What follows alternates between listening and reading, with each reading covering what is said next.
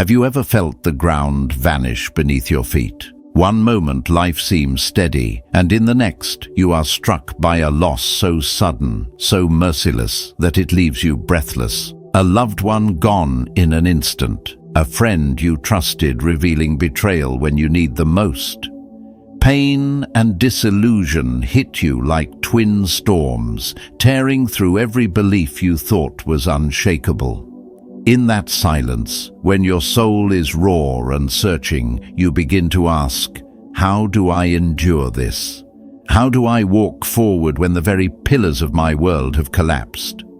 The Stoics faced the same darkness. They taught us that strength is not in controlling fate, but in controlling ourselves. That serenity is found not in endless words, but in choosing wisely what deserves our voice and what must remain unsaid. There are truths too heavy to scatter carelessly, and silences that protect more than 1,000 speeches. Today we will explore 10 of those silences, 10 keys that, when guarded, turn storms into teachers. Stay with me, and you may discover what it truly means to outsmart the world by first mastering yourself. As we step into the first chapter, picture this. You are standing in the middle of a storm, wind tearing through your clothes, rain striking your face, the world spinning with noise. Around you, people cry out, complain, seek shelter in panic. But you remain still. Not because you are immune to pain, but because you have chosen silence over chaos. That is the beginning of strength.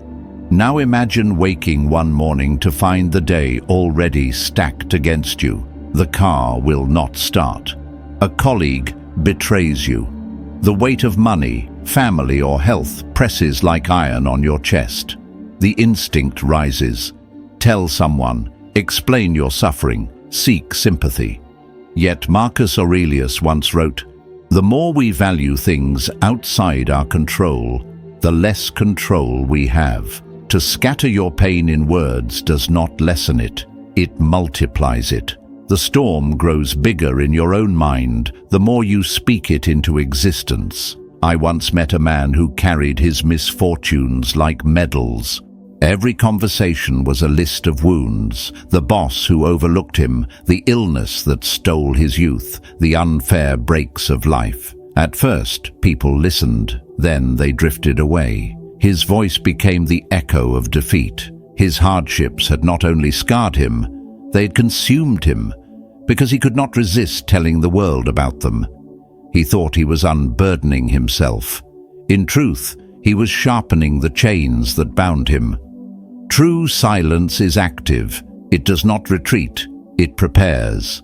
Seneca warned, "It is not that we are given a short life, but that we waste much of it.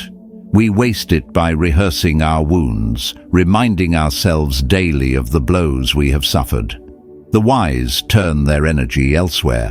They work, they endure, they rise without needing to announce every cut along the way. Think of the mountain. It does not protest when storms strike its sides. It holds its ground. The tree does not shout when winter strips its leaves. It waits, silent, until spring returns. Nature itself teaches the lesson the Stoics embraced. Endurance speaks louder than complaint, but this silence is not empty, it is active. It is the silence of preparation, of inner sharpening. A boxer does not tell the crowd how many hours he has trained. He lets his fists show them. A soldier does not announce each march, each wound, each hunger. He proves his discipline when the battle begins. In the same way, our hardships are not to be narrated, but to be transmuted, turned into fuel for the fire of our spirit. I recall a young woman who lost both parents in the same year. Her grief was unspeakable, her nights filled with shadows. Yet she never told the world she was broken. She poured her energy into caring for her younger siblings, into building a life out of ruin. Years later, when I asked how she endured, she simply smiled and said, "I had no choice but forward." That single sentence revealed a fortress within her that no words of complaint could have built. We must understand this. To speak of every hardship is to invite it to sit longer at our table. To greet it with silence is to starve it of attention. Epictetus reminded his students, "It's not what happens to you, but how you react to it that matters." Your reaction is not just your actions, it is also your words. Every time you voice despair, you feed despair. Every time you remain steady, you starve it. Of course, this does not mean we bury pain. Stoicism is not numbness, it is mastery. To share wisely with someone who can truly guide or help is not weakness, but to scatter your struggles for pity is to surrender your power. Your suffering should refine you, not define you. Think of hardship as the forge, and you as the iron. Heat will strike, hammer will fall, sparks will fly. If you endure in silence, you emerge stronger, sharper, unbreakable. If you cry at every strike, you lose shape before you ever become the sword you were meant to be. So when the next challenge arrives, and it will, pause before you speak. Ask yourself, does telling this story make me stronger, or does it make the wound deeper? Will sharing it help me overcome, or will it chain me to the memory of defeat? Often the truest answer is silence, action, perseverance. There is a secret here. When you refuse to magnify hardship with words, others begin to notice without you saying a thing. They see your calm, your patience, your refusal to complain. And respect grows. Quiet endurance is a language louder than lamentation. It speaks of discipline. It speaks of inner steel. Let me leave you with an image. Picture yourself walking a long road, stones bruising your feet. One traveler cries out at every step, shouting to the sky, demanding pity. Another walks beside him, face steady, stride unwavering, saying nothing. Who reaches the horizon stronger? Who commands respect from those who watch? The answer is clear. This is the Stoic path, to transform challenges into teachers, to let silence become your ally, to rise above storms not with speeches but with stillness. Each trial is not an end but a beginning. Each obstacle not a wall but a doorway. So do not talk about your challenges. Live them. Master them. Let your quiet determination say what words cannot. For in silence lies the proof of resilience, and in resilience lies the seed of wisdom. And from here, the journey continues toward the next key, where we uncover another truth that will guard your peace and sharpen your strength. Moving into the second chapter, we come to a truth that feels sharpest when it is broken, the keeping of secrets. Imagine standing in front of someone you trust deeply. You hand them a piece of yourself, something you have carried quietly, believing it will remain safe in their hands.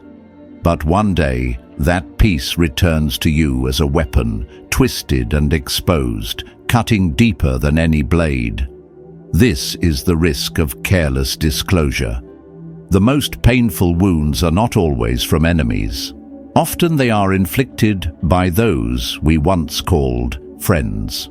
Now pause and ask yourself, how much do you truly know of the hearts around you? Faces can smile, words can comfort, but intentions often remain hidden. Marcus Aurelius wrote in his Meditations, "You have power over your mind, not outside events. Realize this, and you will find strength." To guard your secrets is to guard your mind. It is to acknowledge that not every soul is ready to hold what is fragile within you. In a world eager for gossip and speculation, secrecy is not paranoia, it is wisdom. I once knew a man who believed that sharing everything made him authentic. He told his fears to anyone who would listen, revealed his failures as if confession itself could erase them. For a time, people admired his honesty, but slowly his words were carried from one mouth to another, distorted and repurposed. What he thought was vulnerability became entertainment. When crisis struck, he realized he had armed others with the very knowledge that now cut him down. His openness had not freed him, it had chained him.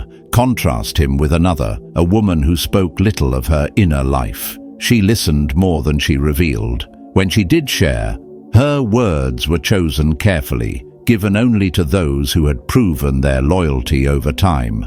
Her discretion became her strength. People came to respect her not just for her wisdom, but for the dignity with which she carried herself. Her silence was not coldness. It was self-mastery. Seneca once said, "If you wish to keep a secret, first learn to keep it from yourself." What he meant is that discretion is a discipline. It requires restraint, composure, the ability to hold your own thoughts without scattering them for others to use. Every secret is part of your identity. To reveal it casually is to cheapen it. To guard it wisely is to honor it. Yet Stoicism does not demand silence forever. There are moments when sharing is necessary, moments of trust, of seeking guidance, of building genuine connection. But the wise understand timing. They ask, is this the right person? Is this the right moment? Will my words serve a higher purpose, or will they simply satisfy a fleeting impulse? To reveal at the right time to the right person is not weakness. It is discernment. And what if, despite your caution, your secret is betrayed? Here too, Stoicism offers light. Epictetus taught, it's not what happens to you, but how you react to it that matters. When disclosure comes without your consent, you have two choices. You can fall into anger, bitterness, and despair. Or you can rise, perceiving it as an opportunity to strengthen resilience. The betrayal becomes a lesson. The exposure becomes a mirror. What was meant to harm you can become a teacher if you refuse to let it dictate your peace. I remember a story of a young soldier whose weaknesses were mocked by his comrades after being shared without his consent. At first, he felt humiliated, but instead of collapsing, he trained harder. He faced the very things that were revealed and turned them into his strengths. Years later, the same men who laughed stood in awe of his composure and courage. His secret, once a source of shame, became a monument to his transformation. This is the essence of Stoic practice, to turn wounds into wisdom and to guard what must be guarded until the right moment to release it. Every secret you carry is like a flame. In the wrong hands, it can burn you. In the right hands, it can warm the world, but most of the time, it is meant to remain within, steady and safe, fueling your journey quietly. So learn to discern. Some things should never leave your lips. Others may be shared sparingly with those who have proven worthy through loyalty and time. And when you do share, let it be with purpose, not with impulse. This is not a rule of fear, it is a discipline of maturity. To keep a secret is to practice sovereignty over your inner life. In the end, preserving your secrets is not about isolation, it is about freedom. It is about knowing that you are not at the mercy of others' tongues or judgments. It is about walking through the world with the quiet dignity of one who does not scatter his soul for cheap attention. Each secret you guard strengthens the fortress of your spirit. Each moment of discretion polishes the mirror of your character. And so, as we close this chapter, remember, not every truth deserves to be spoken. Not every ear deserves to hear your story. Protect what is sacred, share only with wisdom, and let your silence become your strength. From here, we will step into the next key, the temptation to boast of achievements, and discover why even victories are stronger when carried in silence. Advancing to the third chapter, we turn to a lesson that strikes at the heart of ego and humility. Do not speak of your achievements. Imagine the break of dawn, soft light spilling gently across a small patch of earth. A man rises each morning with quiet devotion. His name is Liam. Where others saw only barren soil, Liam saw possibility. Where others walked past without a thought, he lingered, planting, tending, shaping. His hands grew calloused, his back bent under the weight of long hours. Rain lashed, pests devoured, nights passed sleepless. Yet through it all, Liam spoke no word of complaint, no cry for recognition. He simply returned to the earth each day, as steady as the sunrise itself. And then, one morning, the barren land had transformed. A once emptied field was now a canvas alive with color, flowers blooming, fruit ripening, fragrance weaving through the air. People admired it, astonished at the sudden beauty. They praised the garden, yet few knew the price that had been paid in sweat and solitude. Liam only smiled. He did not list the hardships. He did not recount the endless hours. He only said how much joy it gave him to watch life rise from soil. Here lies the Stoic truth. Marcus Aurelius wrote, "Waste no more time arguing what a good man should be. Be one." True worth is not in what you tell others of your accomplishments, but in the quiet proof that your life itself becomes. The man who boasts of his triumphs is often weaker than the man who carries them in silence. For boasting feeds ego, and ego starves growth. Silence feeds discipline, and discipline births freedom. Think of how often we are tempted to broadcast our victories. In a world where recognition is currency, we crave the applause of others. We post our success, we announce our promotions, we share every milestone. It feels good, but only for a moment. Soon, the applause fades, and the hunger for more recognition begins. What we do no longer grows from inner purpose, but from outer approval. We become slaves to the gaze of others. But the Stoic asks, why seek light from another's torch when your own fire can guide you? Seneca advised, the man who values himself by what others say of him has not yet learned to live. If your self-worth depends on others noticing, then you are at their mercy. But if your worth rests on your own steady effort, your own quiet progress, you are untouchable. Liam's garden offers more than flowers. It offers a mirror. He did not need others to know of the storms he endured, because his joy was in the work itself. To rise each morning, to water the soil, to see life sprout, that was enough. The harvest was not for recognition, but for meaning. That is the way of the Stoic, to find satisfaction not in applause, but in alignment with nature, with discipline, with self-mastery. I once knew a scholar who never spoke of his studies. For years he quietly filled notebooks with observations, reflections, and discoveries. People assumed he was idle, that he contributed little. But one day he presented a body of work so vast and refined that it stunned even his critics. His silence had been his shield, his protection from vanity. Had he spoken too early, had he boasted of partial achievements, he might have lost the depth that silence had granted him.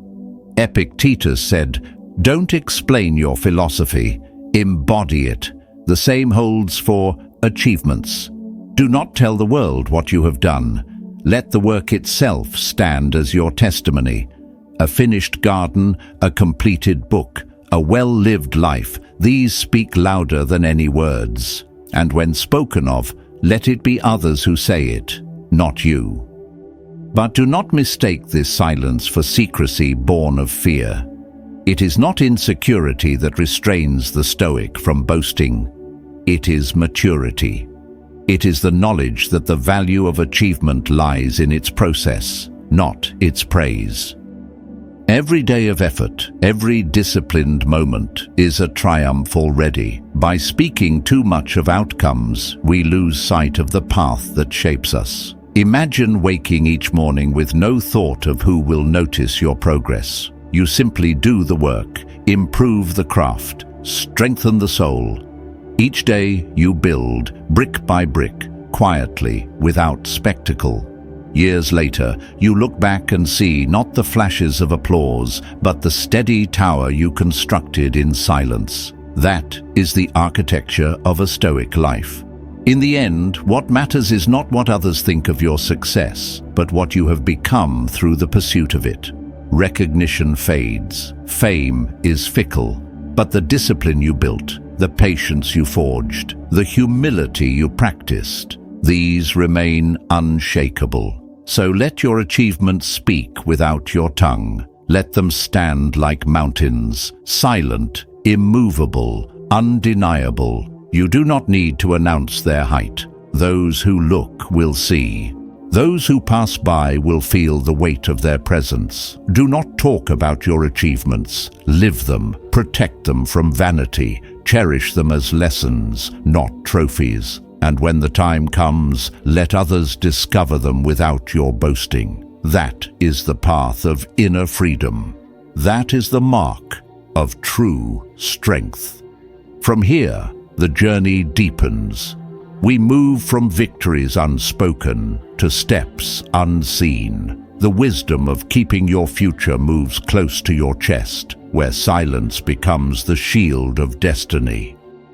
Entering the fourth chapter, we step into a lesson written not in books, but on boards of battle and strategy. Do not reveal your next steps. Imagine a chess player, shoulders steady, eyes fixed, hands hovering over the pieces. The room is silent, the tension sharp.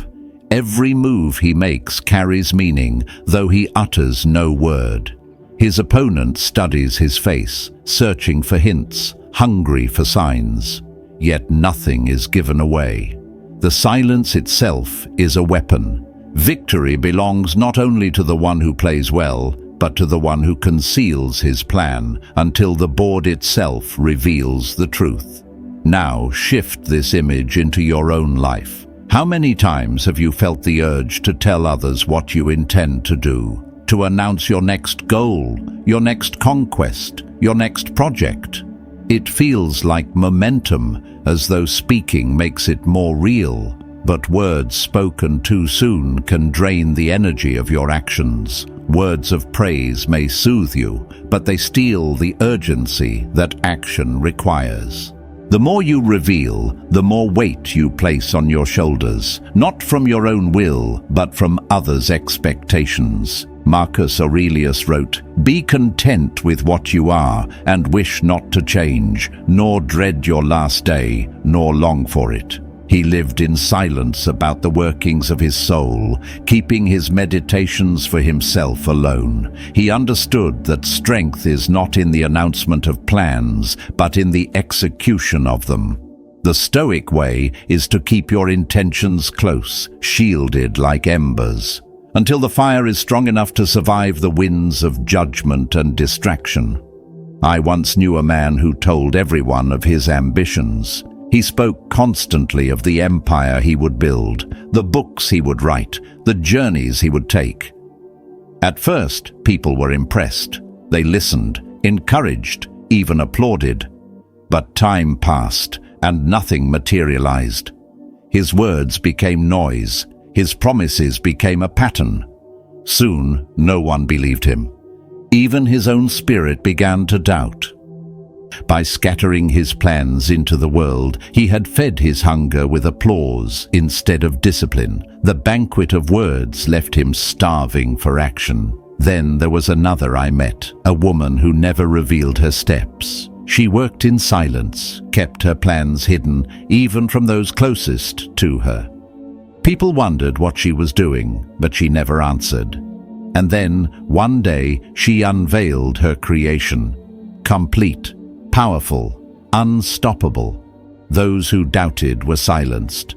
Those who supported were astonished. Her silence had nurtured her strength. Her refusal to reveal her next move allowed her to execute it with precision. She became living proof that the quietest path often leads to the loudest victories. Epictetus said, "If you want to improve, be content to be thought foolish and stupid. To hide your plans, to refuse to announce them, may make others believe you are doing nothing. Let them, for in their dismissal lies your freedom. You are not weighed down by their praise or their doubt. You remain free to act, to adjust, to grow without the chains of expectation. There is humility in this silence. When you keep your intentions private, you protect yourself not only from judgment, but from vanity. Praise is dangerous. It can lull you into satisfaction before the work is done. It can rob you of the discipline needed to finish. By keeping your plans hidden, you starve vanity and feed focus. You remind yourself that the purpose of action is not to impress others, but to fulfill your own potential. Think of a craftsman in his workshop. The door is closed. Inside, the hammer strikes, the chisel carves, the sweat drips. He does not announce what he is making. He does not invite spectators to comment before the work is done. And then, one day, the door opens, and there stands a masterpiece. The silence was part of the creation. The secrecy was part of the strength. Your life is no different. Each plan is a fragile seed. Speak of it too soon, and you risk exposing it to the harsh winds of doubt, jealousy, or distraction. Keep it in the soil of your discipline, water it with daily effort, and in time it will sprout strong enough to face the world. Not every vision must be shared before it matures. Not every dream must be spoken before it breathes. But here lies a deeper truth. Keeping your plans silent is not just strategy, it is autonomy. It is the declaration that you hold the key to your own destiny. You do not need the approval of others. You do not need their recognition. You walk your path with confidence, not because others know of it, but because you know it. And that knowledge is enough. Imagine standing on a mountain trail. One traveler points constantly to the peaks ahead, boasting of how far he will climb, how high he will stand. Another says nothing. He adjusts his pack, sets his eyes on the path, and walks. Hours later, the first grows weary, discouraged by his own words. The second reaches the summit. He did not need to announce it. The mountain itself testified to his strength. So let your actions be your voice. Let your achievements be your announcement. When you finally reveal what you have built, let it shock the world, not because you promised it, but because you delivered it. Let your silence be the crucible where your focus sharpens, your will strengthens, your spirit prepares. In the end, silence about your next steps is not concealment. It is discipline. It is patience. It is the quiet confidence of one who knows that destiny is not spoken into existence, but carved into reality by steady hands. Do not talk about your next steps. Walk them, live them, fulfill them. And when the time comes, let the world see not your words, but your results. From here, we move to the next key, equally vital, why you must resist the temptation to talk about others. For the tongue that spares itself from gossip becomes the tongue that preserves its power. Advancing to the 5th chapter, we arrive at a lesson sharper than it first appears. Do not waste your breath speaking about others. Picture a market square filled with voices. People gather in small circles, whispering who failed, who succeeded, who betrayed, who triumphed. The air hums with gossip, but if you listen closely, you will notice something. No one is truly building anything. They are only tearing down. And then imagine it is your name being passed around, your story shaped by mouths that do not carry your truth. Would you welcome that sound? Of course not. then why should we add our own voice to the chorus? Here's where Stoic wisdom strikes with clarity. Words are not feathers floating lightly through the air. They are arrows. Once loosed, they cannot be recalled. Seneca reminded us, speech is the index of the mind. What we choose to say about others speaks first about us. When we gossip, we show more about our own restlessness than the supposed flaws of those we discuss. To practice silence about others is to practice discipline of the tongue, and discipline of the tongue is discipline of the soul. I knew a man who made a habit of gossip. At first, people laughed, entertained by his stories. They leaned in, eager to hear what secret he would spill next. But slowly, they grew wary. If he spoke this way of others, how must he speak of them when they were gone? Trust dissolved like sand in water. By the end, he was left alone, surrounded not by friends, but by listeners who no longer believed a word he said. His tongue had betrayed him, not the people he mocked. Contrast him with another I once met, a quiet elder who rarely spoke of anyone unless to praise. When tempted into gossip, he would simply smile and say, "We all stumble. Let me talk of how I must learn, not how another has failed." People respected him deeply. His restraint became his power. His silence built trust where words could have built suspicion. He understood a truth Marcus Aurelius held close. If it is not right, do not do it. If it is not true, do not say it. When you choose not to speak of others, you do more than guard their dignity. You guard your own peace. Every word of gossip is a seed of anxiety. You wonder later if it will return, twisted, amplified. But silence is freedom.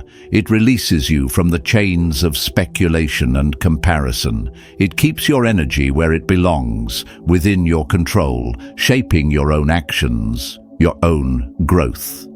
And there is more. Choosing not to gossip is also choosing forgiveness. Every one of us falters. Every one of us carries mistakes. When we refuse to voice the shortcomings of others, we practice compassion. We train ourselves to see them as fellow travelers in struggle, not as spectacles for our judgment. Epictetus reminded us, "When you are offended at any man's fault, turn to yourself and study your own failings. Then you will forget your anger." This is the alchemy of silence. It transforms judgment into understanding. Imagine two households. In the first, gossip flows freely. Neighbors, friends, even family members dissected day after day. The atmosphere grows heavy, bitter, suspicious. In the second household, silence about others is the rule. When someone falters, they respond with patience or shift focus back to their own responsibilities. Which household breeds trust? Which household cultivates peace? The answer is clear. Words shape worlds. Silence can heal them. But this discipline is not easy. The temptation to join in, to feel included, to fill silence with stories about someone else, it is strong. Yet here is the test of character. To step back, to keep your focus on what you can control, to recognize that gossip is not strength but weakness, not confidence but insecurity disguised as conversation. And as you practice this restraint, something subtle but profound happens. People notice. They realize you are a safe presence, someone who does not carry daggers in your speech. They begin to trust you with their stories, their friendship, their respect. You become a source of calm in a noisy world. This is how silence once again proves louder than words. We have now reached the halfway point in our journey. 5 keys uncovered, 5 more to come. If you've stayed with me until now, that persistence already marks you as someone committed to growth. Take a moment to affirm it. Type just one word, in the comments. Stoic. Let it be a small anchor, a reminder of the discipline you are choosing. And if these lessons resonate with you, subscribe. Not out of duty, but because each week brings another step, another stone to build the inner fortress you are shaping. Let's walk this path together, in silence where needed, in strength where tested, in wisdom where tempted. From here, we turn to the next silence to be guarded, not the words you might speak about others, but the words you might speak about yourself when you do good. For even noble deeds lose their nobility when carried too loudly. At this stage, let us turn to the sixth key, where kindness reveals its truest form in silence. Picture a single candle lit in the heart of a darkened room. It does not roar, it does not demand attention, yet its flame, steady and quiet, drives away the shadows, giving warmth to anyone who enters. This is what it means to do good, not for applause, not for recognition, simply because the act itself is right. Now imagine walking through a winter night, the air sharp, the streets almost empty. You see a young man on a corner, shoulders hunched, shivering in a thin jacket, eyes vacant from the cold. What would you do? Many would drop a coin in his hand and hurry away, congratulating themselves later in conversation. But one man, let's call him Jack, chose differently. He lived by Stoic principles, and his kindness bore no performance. Jack did not just hand over money. He invited the young man into a cafe. He ordered him a hot meal, a steaming cup of coffee, and he sat with him. Not as a benefactor, not as someone seeking credit, but as another human being willing to listen. The young man spoke, haltingly, of loss, of struggle, of how life had stripped him of safety. Jack listened without judgment. When the meal was done, he paid, smiled, and left.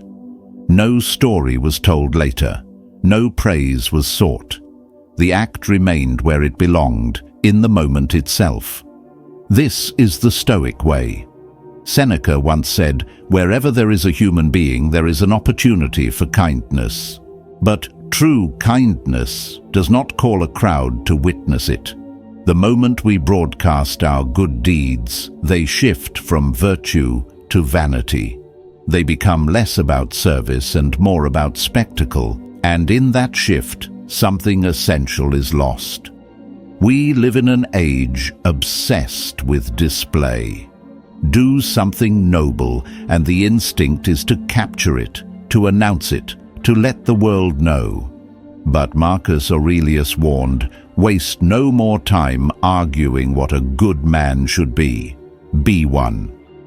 The candle does not post its light to prove it shines. It simply illuminates the room. Likewise, our goodness should speak quietly, through impact rather than announcement. I once knew a man who volunteered every week at shelters. He rarely spoke of it, and if asked, he would shrug it off with a few words. Yet when he died, the funeral hall was filled with people whose lives he had touched, people no one else had known about. His legacy was not built on stories of what he had done, but on the silent, steady radiance of his actions.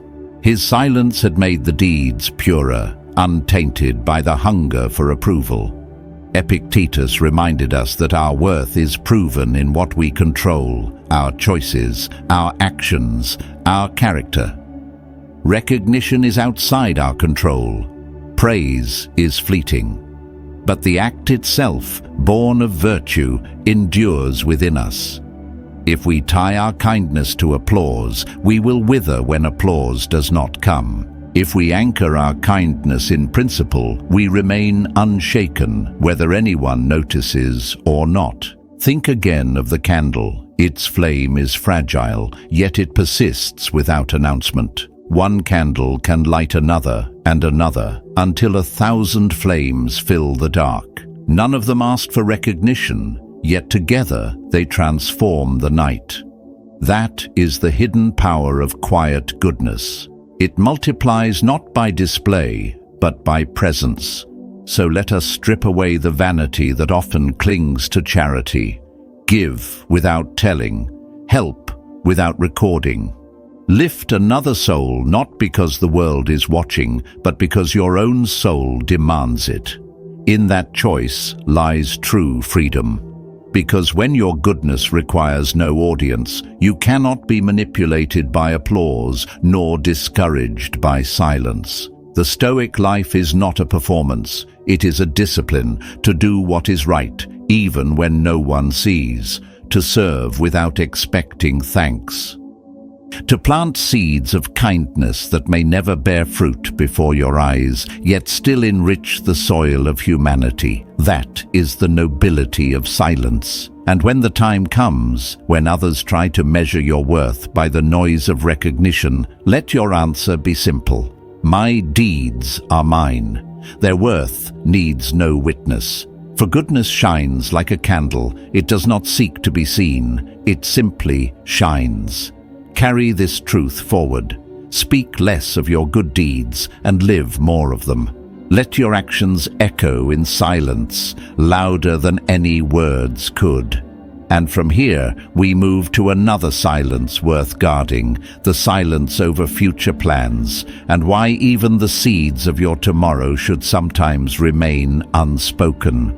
From here we step into the 7th chapter, where the temptation is not to gossip or boast, but to speak too soon of what has not yet been lived. Picture someone sitting by a fire late at night, announcing to friends the great plans they have for tomorrow. They speak of journeys, of projects, of mountains they will climb. Everyone nods, some even praise them. For a moment, they feel a surge of pride, as if the mountain had already been conquered. Yet when the dawn comes, the fire is cold, the room is empty, and the work remains untouched. Their words have stolen the hunger that action required. Science itself confirms what ancient Stoics already knew. In 1933, a study by W. Mara revealed that when we declare our intentions and receive recognition, our brain often interprets it as completion, even when no step has been taken. The applause tricks us into believing we have already arrived. But Seneca warned, it is not that we have a short time to live, but that we waste much of it. And what greater waste than to let the energy of our future be spent in words instead of deeds? I once knew a man who loved to talk of his ambitions. He would tell anyone who listened how he was going to start a company, write a book, travel the world. People admired his vision at first, but year after year nothing came. His words became his prison. Every declaration chained him further to inaction. In the end, no one believed him, not even himself. His future had been spoken away, and yet I also knew a woman who never announced her goals. She simply worked. In silence, she studied, built, prepared. When her moment arrived, she stepped forward, not with promises, but with proof. Her achievements shocked those around her, not because she had hidden them in fear, but because she had grown them in secret until they were unshakable. Her silence had been her strategy.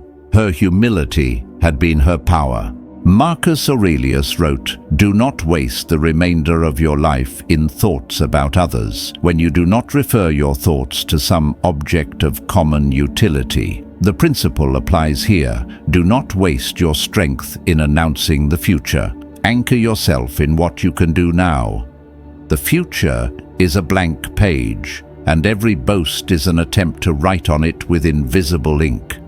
What matters is the pen in your hand today, the stroke you carve on the paper of the present moment.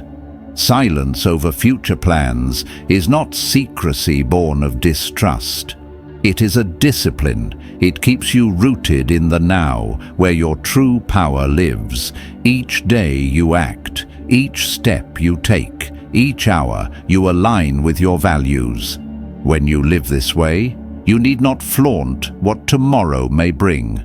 You already carry the dignity of action. I remember Epictetus saying, "First say to yourself what you would be, and then do what you have to do." Notice how he never told us to say it to the world. He meant that the dialogue belongs between you and yourself, between your soul and your discipline. The world will see soon enough. Your work will become visible without needing your announcement. But let us be clear, there are exceptions. At times, when accountability is needed, when discipline must be sharpened by external supervision, it may help to share a goal with someone you trust, a mentor, a guide, a partner who strengthens you. Yet even here, caution remains. Do not seek encouragement as your fuel. Seek discipline. For to rely entirely on another to keep you moving is to walk with borrowed legs. Think of the oak tree. It does not announce that it will grow tall. It simply grows. Day by day, unseen, its roots dig deeper. Its trunk thickens. Its branches reach upward. One season passes, then another, and one day, without ever boasting, it stands vast, unshaken, admired. Let your life be the same. Let your silence nourish your roots until the day comes when your actions rise above doubt. So guard your plans. Hold them close like embers in the palm of your hand, too delicate to expose to the wind. Feed them with discipline, protect them with patience, and when the time is right, they will blaze into fire.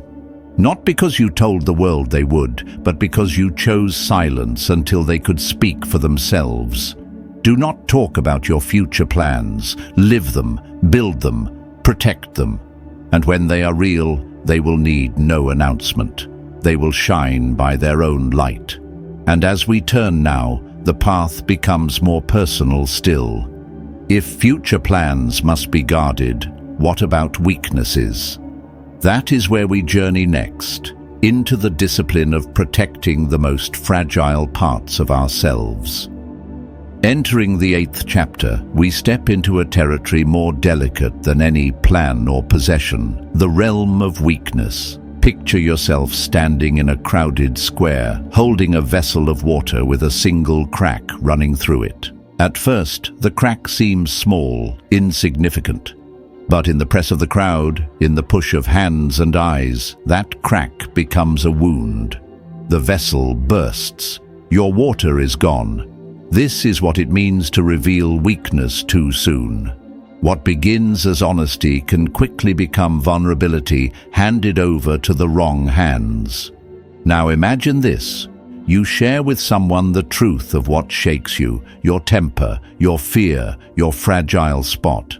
Perhaps you believe it will bring understanding. But what happens when that same person, even unintentionally, uses it against you? A joke in front of others, a remark in anger. Suddenly, what was private is public, and each time you hear it echoed back, you bleed a little more. Stoicism teaches us that the self must be fortified, not exposed. A fortress with open gates is no fortress at all. Marcus Aurelius warned himself never to let external things disturb the citadel of his soul. Weakness, when spoken, becomes external. It no longer belongs solely to you. And once it is outside, it can be turned, twisted, even weaponized. The wise, therefore, learn to distinguish between flaws and weaknesses. Flaws can be corrected, laziness replaced by discipline, impatience softened into patience. But weaknesses are different. They are the levers that, once pulled, collapse the structure of your composure. They are not to be handed away. I recall a young man who once admitted in confidence that he struggled with anger. He told friends, thinking it would earn their compassion. Instead, they teased him. They pressed him in moments of frustration, deliberately poking, waiting for the spark.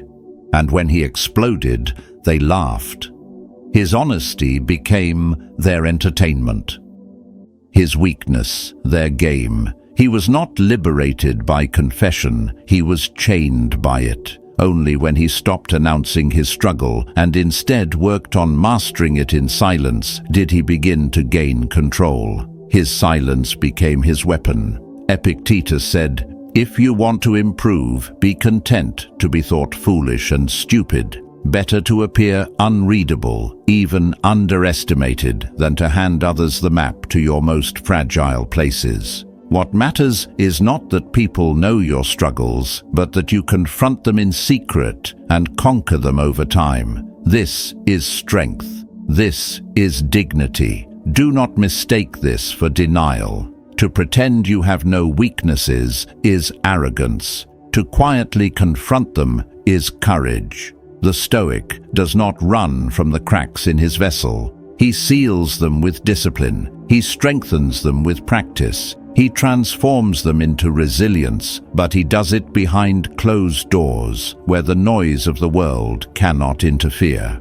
Consider the difference. One person declares their struggles to all, hoping for help. They gain sympathy but lose respect. Another acknowledges their weaknesses silently, journaling them, reflecting each night, taking deliberate steps to sharpen their character. Months later, the first remains stuck in the same cycle of confession and collapse. The second stands taller, calmer, untouchable. The world wonders how they became so strong, never realizing the battle was fought in private. Silence, then, is not cowardice. It is self-respect. It is refusing to let your fragility be handled by careless hands. It is honoring your own growth enough to protect it from the interference of others. Marcus Aurelius reminded himself daily, "You have power over your mind, not outside events. Realize this, and you will find strength. Your weakness belongs inside your control. The moment it escapes your lips carelessly, it belongs to the outside, and the outside is never safe." So ask yourself, what serves you more, to confess your weakness and let others shape it, or to carry it like a stone in your pocket, grinding it smooth with patience until it becomes unrecognizable even to yourself? True mastery is built this way, quietly, patiently, with no need for an audience. Here's the truth: weaknesses can be overcome, but only when they remain yours to face. Once they belong to the crowd, they are harder to defeat, because every echo reminds you of what you confessed. So guard them, work on them. Let your silence be the space where transformation takes place. And when one day you stand strong where you once fell, you will need no one to confirm it. Your composure will prove it. Your presence will embody it. Your silence will have spoken. Do not speak of your weaknesses. Master them in quiet. And from here, let us journey deeper still, toward the dreams that burn brightest, and why even those sacred visions must often remain unspoken until the world is ready to see them. Advancing to the 9th chapter, we arrive at the most delicate treasure of all, your deepest dream. Imagine holding a fragile seed in your palm. It is small, invisible to everyone else, yet to you it carries the weight of an entire forest. You feel the urge to show it, to prove to the world that you are nurturing something magnificent. But if you expose it too soon, before roots have taken hold, even the gentlest wind could scatter it into dust. That seed needs silence, soil, and time. Now imagine you dream of writing a book that could change lives. You mention it at a dinner table and someone scoffs. Another questions whether you have the discipline. Doubt creeps in. The dream that once felt like fire in your chest now flickers in the cold air of their words. This is the danger of speaking too early. What was once yours alone becomes hostage to the expectations, doubts, or judgments of others. Stoicism reminds us that strength is not in telling the world what you intend to do. It is in doing it, regardless of who is watching. Marcus Aurelius often wrote in his journal, as if whispering to himself, not announcing to Rome, "Do not waste the remainder of your life in thoughts about others," he said, reminding himself that the essence of action is in focus, not in display. To keep your dream close is to guard your own independence of spirit. It is to declare that your destiny will not be shaped by applause or derision, but by your own steady hand. I once knew a painter who never spoke of his work until the canvas was finished. Friends often asked what he was creating, and he would smile, change the subject, and return to his studio. Months later, he revealed a masterpiece that stunned everyone. His silence had been his shield. His discipline had been his nourishment. Had he spoken of it too soon, he admitted, he might have lost the hunger that kept him at the easel through long nights. This is why Seneca warned against seeking validation outside ourselves. When we share too soon, we trade discipline for dopamine. Praise gives us the illusion of completion but robs us of the urgency to act. Silence, however, preserves the hunger. It keeps the fire burning inward until the dream is strong enough to stand on its own. Think instead of a craftsman shaping metal in the fire. The form is hidden until the steel is ready to shine. It pushes roots downward first, unseen, strengthening itself in darkness. Only then does it break the surface, reaching toward the sun, ready to endure wind and storm. So it is with our deepest aspirations. They require the darkness of silence, the patience of time, and the discipline of daily effort. Only then can they bloom into something undeniable. But silence is not just about protection. It is about meaning. When your dream is nurtured quietly, it gains weight. Each step is taken for the sake of the dream itself, not for the recognition it might bring. And when at last you unveil it, the unveiling carries more power, more authenticity, because it was born in solitude and watered with resilience. Epictetus said, "If you want to be unstoppable, stop sharing everything. The world does not need to know what you are building while it is still fragile. Let the world see only when it is complete." Let your life reveal the dream at the right time, like fruit appearing after long seasons of unseen growth. Ask yourself, are you feeding your dream, or are you feeding others' opinions about it? The former will make you strong. The latter will leave you hollow. True independence of spirit means taking sole responsibility for the path you walk, never waiting for permission, never needing encouragement to validate your direction. So keep your deepest dream close to your chest.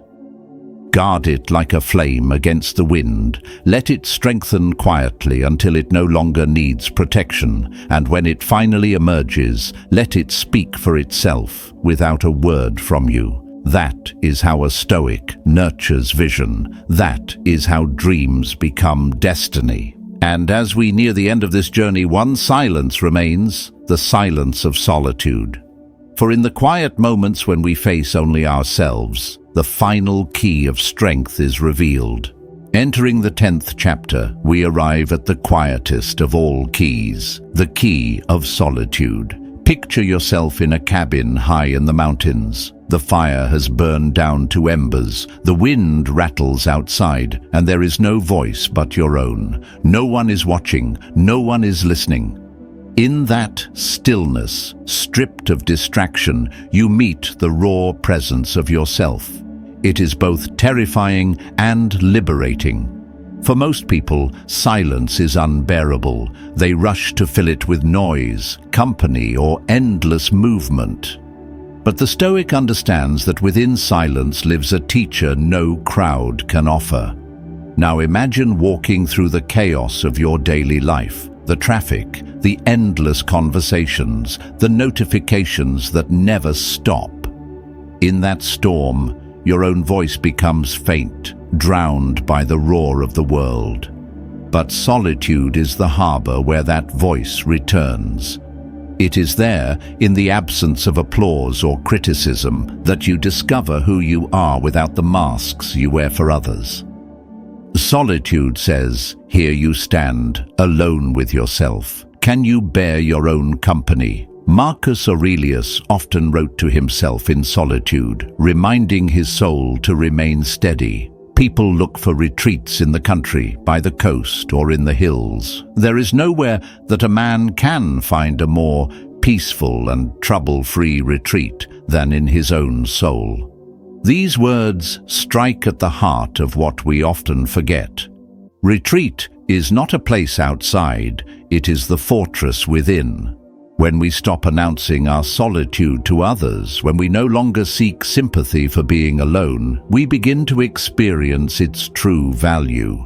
Loneliness is not an enemy, it is a mirror. It shows us the cravings we still cling to, the need for validation, the fear of judgment, the hunger for constant company. And yet, when we remain with it long enough, it transforms. Loneliness becomes solitude, and solitude becomes strength. It teaches us independence, not in arrogance, but in freedom. We realize we are capable of standing without leaning on the acceptance of others. I once knew a man who feared being alone. Every evening, he filled his schedule with company, dinners, parties, endless chatter. But when the noise stopped, he was restless, hollow, anxious. He depended on others to distract him from himself. Years later, circumstances forced him into solitude.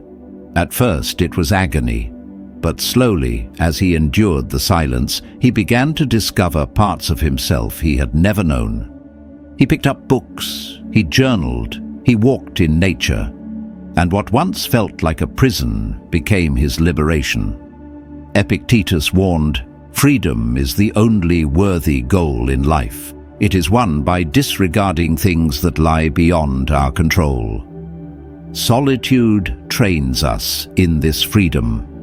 For when you are alone, stripped of audience and distraction, you face the only thing you can control, your own mind. If it is restless, you feel it. If it is strong, you cultivate it. And in learning to befriend your solitude, you cease to be enslaved by the fear of being unseen. Think of the warrior in the stillness before battle. Alone in his tent, he does not announce his fear or his preparation. He breathes, he sharpens his blade, he steadies his mind. When dawn comes, he steps out, not boasting of the hours he spent alone, but carrying within him the strength forged in silence. Solitude is his secret weapon. It is ours too, but solitude is more than preparation. It is also reconciliation. It is the moment when we confront the wounds we have carried, the truths we have avoided. In the silence of being alone, excuses vanish. We cannot hide behind others' opinions or distractions. We must face ourselves, our flaws, our fears, our forgotten hopes. And in that confrontation, healing begins. Solitude becomes the physician if we are willing to sit long enough in its presence. I once met a woman who described her nights of solitude as conversations with my soul. She told me she would light a candle, sit quietly, and simply listen. Thoughts arose, fears whispered, regrets resurfaced. But she did not run. She let them pass, one by one, until beneath the noise she discovered a stillness that was hers alone. From that stillness, she built resilience. She found clarity. And in time, others began to notice her calmness, her depth, without ever knowing the secret hours she spent alone. Seneca wrote, "Associate with people who are likely to improve you. Welcome those whom you are capable of improving." The process is mutual, for men learn while they teach. Yet even he acknowledged that solitude is necessary to refine the soul before sharing it with others. It is the time of strengthening, so that when you do return to the crowd, you bring value rather than seek it. Here lies the paradox. We fear solitude because it feels like absence, yet in truth, it is presence. Presence with ourselves, with the universe, with the eternal rhythm of life. When you learn to treasure these moments, they become jewels along your path, precious, quiet gems that polish the soul and prepare it for the storms outside. Do not speak of your solitude to win sympathy. Do not turn it into performance. Live it, guard it, nurture it. Let it be the secret chamber where you grow your virtues away from the eyes of others. For when you emerge, you will carry a strength that no audience can grant and no critic can take away. In the end, solitude is not loneliness. It is self-respect. It is freedom. It is the sacred space where peace and strength coexist. Cherish it, protect it, and allow it to refine you. Because in the silence where no one else is watching, you discover the only companion you will always have, yourself. And when you learn to love that presence, you will never again be truly alone. Solitude is your hidden crown. Wear it quietly and let the calm in your eyes speak of the strength it carved within you. Under the light of Stoic wisdom, we are reminded that strength is not in loud words, but in quiet discipline. By choosing to guard these 10 keys, we protect our peace, nurture humility, and keep our focus on what truly matters, the daily work of shaping our character.